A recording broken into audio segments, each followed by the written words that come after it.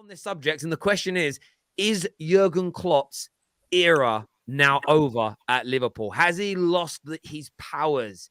You know, is he Samuel who has cut off his hair? What's going? I want to go to.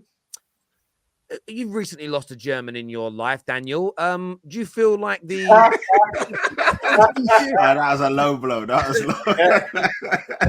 do you feel like Jurgen Klopp? I mean, they're not playing. I mean, I want to talk really how they're playing. Really, they're not performing. They're conceding goals. They're not scoring enough. They're mid-table as it stands right now. Do you feel like this is the beginning of the end, or is it just a bad start to the season and people need to calm down with challenging Klopp so much? Yeah, no. I mean, firstly, I think I might get a hair transplant too, so I can come up with new jokes. There's that. Second of all, though, no. Personally, look, I think it's way too early to say, innit? I did say, obviously, everyone's doing that 7-year thing, 7-year at Mainz, 7-year at Borussia Dortmund. Obviously, he's in the 7th year at Liverpool, and it's the end of the cycle and all of that kind of stuff. But really and truly, I don't blame Klopp, because I do believe that, especially with the things that he has mentioned, and obviously he's tried to be political about it, and these are the same owners who have backed him and who have helped him to compete with Man City, probably one of the greatest teams we've ever seen.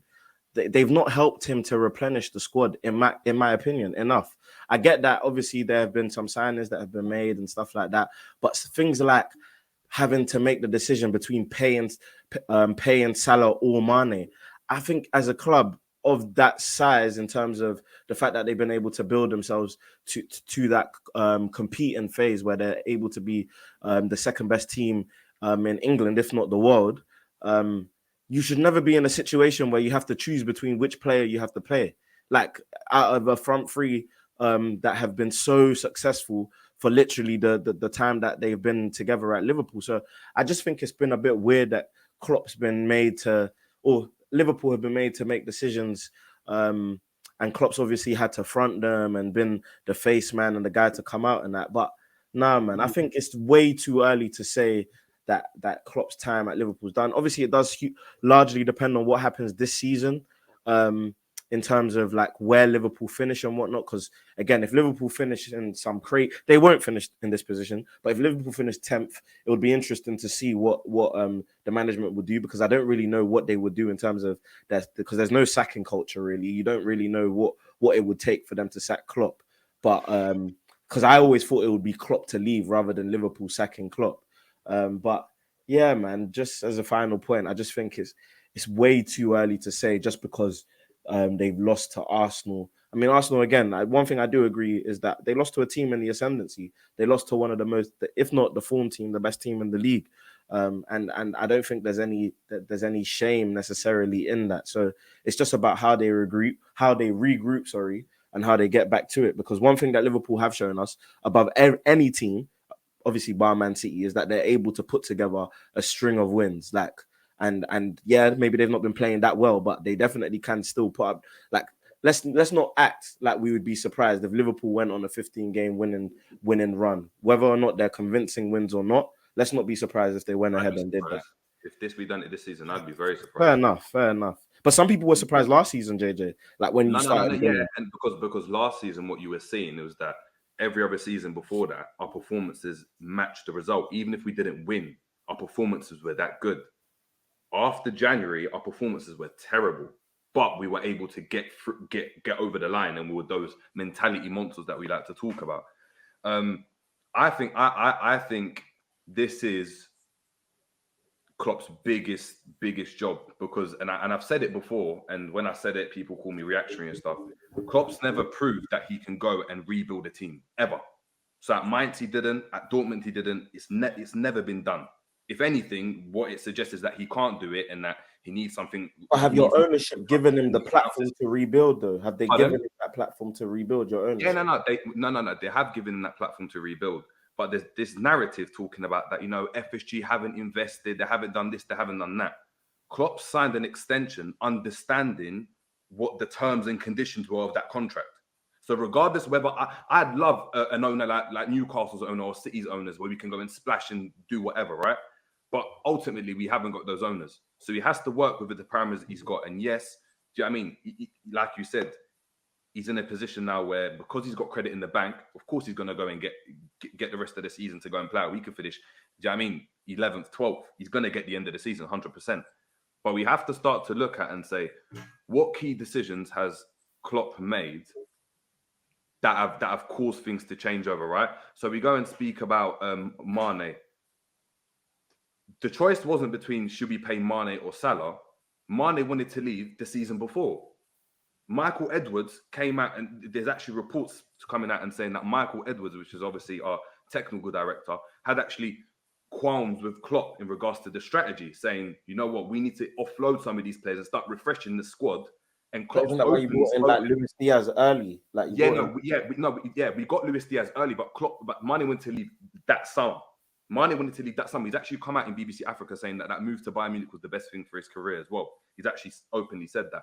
But he wanted to leave earlier. Klopp's convinced him now to go and stay. Michael Edwards, apparently, it's reported that he didn't want Mane to go. And there's a couple of, Henderson's contract renewal, Milner's contract renewal that we have gone and done, where we could have gone and invested and gone and got a player and not been in a situation where we're talking about the midfield and stuff. Klopp's openly come out and spoken about, our midfield, we're never going to force a player out of the club. We're never going to go and tell a player to leave.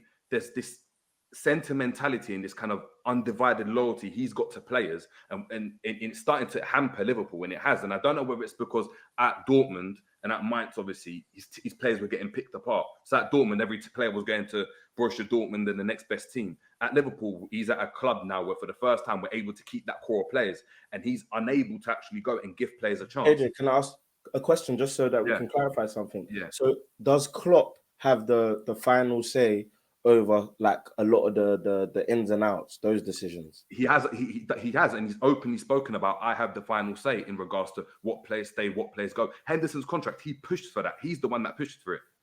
The club and the backroom staff didn't want to go and give Henderson an extension. Klopp's the one that advocated for that. Now we're relying on Henderson, whose legs are going. Look, that's the backroom stuff. Focusing on stuff on the pitch, right?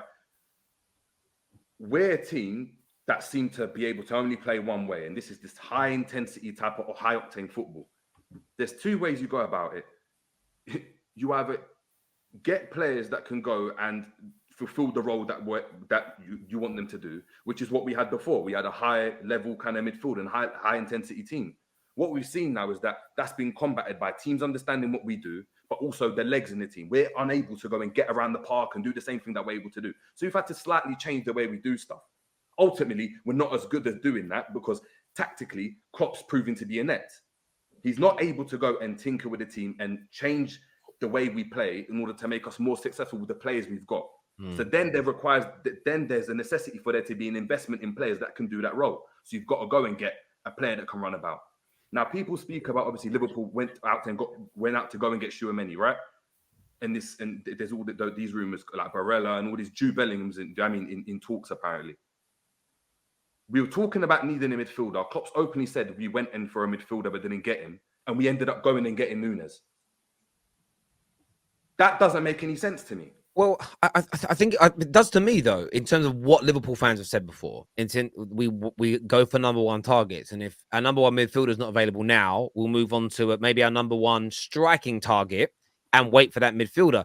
The problem is, and I think something you said around the backroom and on-field things maybe being different. I don't. I think what happens behind the scenes manifests itself on the football pitch, and players will know when they're going stale. Players will sometimes look at it and go, I like Henderson, but man can't run anymore. I like Milner, but we should have moved on from him. There's a reason why when you guys bought Luis Diaz in January, he gave everybody a boost because it excited everybody, because he elevates everybody to that next. It helps elevate the team and the squad. Gabriel Jesus has done that going into Arsenal as a case in point.